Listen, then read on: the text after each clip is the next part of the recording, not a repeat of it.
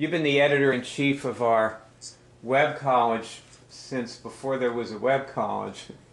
Way before, long ago, back when.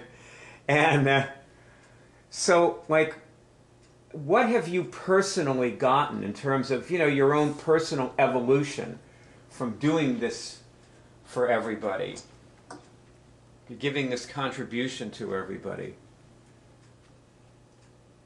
Well, the first thing that comes into my mind is that as a result of creating the table of contents of lessons and being kind of the librarian and archivist of the Cure Drive, I know where to find everything pretty much. I have the whole website at my fingertips, so I know how to find what I need and what other people need pretty quickly. I have the resources. I'm fluent, in the website. We said something the other day. You and I were writing the 3 steps together, the other day. And one of us, I can't remember who, came up with the words total immersion. Well, you were using the words that I had been familiar with from swimming. Right. Yes, your favorite swimming book is Total Immersion. Well, Total Immersion. Yep. And you're a fantastic swimmer, by the way. And I have loved our swims, the long swims that we've taken, talking about this stuff, years ago. Yeah. And so I guess what you're saying about your founding the web college and organizing it and creating it is that you totally immersed yourself in it while you were doing that. Yes, that's true. And that's what the personal gain that people get when you contribute. You're immersed. Contribution is immersion. Yeah, everywhere I looked, there was something there for me. Yes, yes. And you created the table of contents of lessons long ago, and I was so against it. I wanted everyone to go through the hub and test through the hub. Yeah, you said that the table of contents of lessons was going to get in their way of discovering things on their own. And it's the total opposite. And because you had the courage of your convictions and you just did it anyway. Well, I did it for myself. I mean, if you weren't going to use it for the website, I was still going to continue using it for myself because that's what I wanted to do and I needed it. So I just decided to create my own table of contents, and if you wanted to use it, fine, and if not, I still would have it. And it would be there. What I realized later was when I started testing with people through it, I realized, you see, that the advantage of the table of contents of lessons over the hub is that it doesn't have any whys. Doesn't have any, right, that's right. It's a simple list. So God comes in for people and they know it. People know God is guiding them because, there's just no reason why.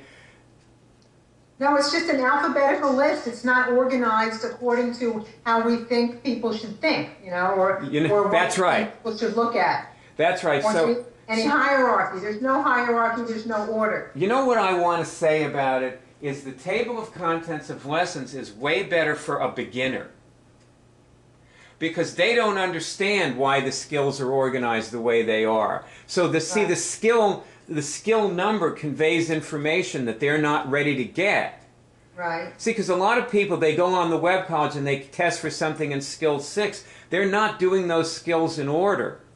And they go, oh, in this way, I'm this advanced. So that helps them see something. But a newbie doesn't, they're not going to relate to that. But what they relate to is their finger opens on the letter J, and they have no idea why. Right. And one woman's finger opened on a letter that had no lessons in it. Huh. And I said, God is telling you don't need to do a lesson right now. Oh, that's good. Yes.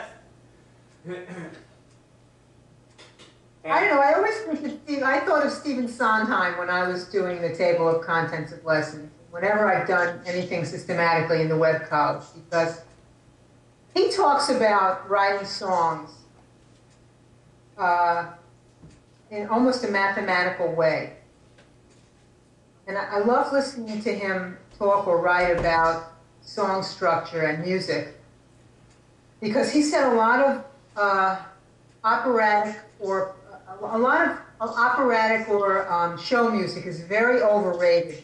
He doesn't like arias that go on and on and on and don't seem to have much, you know, I mean, where the thing just keeps going. And a lot of people like really think that that's the height of drama in music. But he says that, you know, songs have to have structure and they have to have just the right amount of information. And, you know, he does crossword puzzles. One of his hobbies is doing crossword puzzles. He likens writing a song to putting together a crossword puzzle. And when you're putting together a crossword puzzle, all you have are letters. You have letters, and there's no form or structure to them. You just have to start putting them in the boxes. One by one, you know, until they make sense. And that's what happens when somebody goes and looks at the table of contents of lessons. You know?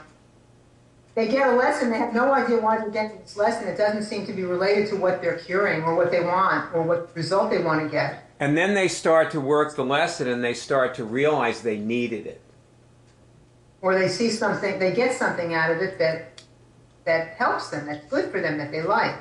Yes. And then they get another, and then they test on something else and they say, wait a minute, where does this come in? And how does this relate to that? Yes. And they start relating it, and then they put it together for themselves like a crossword puzzle. Yes, and when that happens, what they're doing, what they're putting together for themselves is themselves. They're making discoveries about themselves. Yes. So curing something is like putting together a crossword puzzle. Right. You just take one piece at a time, and you do what you can with it. You know, you put one word in the one letter in the box at a time, and if it you know you have to have a vowel here, so you go and do an accelerator or something like that. You know. Do accelerators in between all the lessons, and that helps you get clear. And you know, there are a few rules here and there, but basically it's just like being systematic and methodical. Right. Well, you know, this is why we get so many people saying our web college is confusing. Those people probably also find crossword puzzles confusing.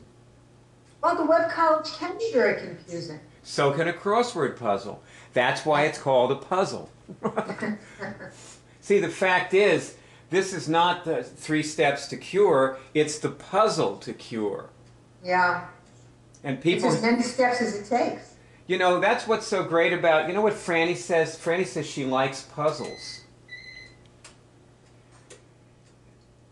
And not only does she like them, she also collects them. Franny, she has puzzles that would drive you crazy. You know those little metal things that you untwist and then you can't get them back together? Oh, you mean physical puzzles? Yeah, those. She collects those puzzles. Yeah, I've seen her shelves. So you guys are into puzzles, and that's why you have been the founders of this along with me, and I thank you and laud you and admire you. So that they didn't have to do it. You know, we put things together in a way so that the people. I knew that people were going to want to have a table of contents of lessons, and you know, we just put it together for them so that they didn't have to do it, because they would. If you work long enough in web college, you end up doing that. You have to do it. Right. Okay, Keely, that is it.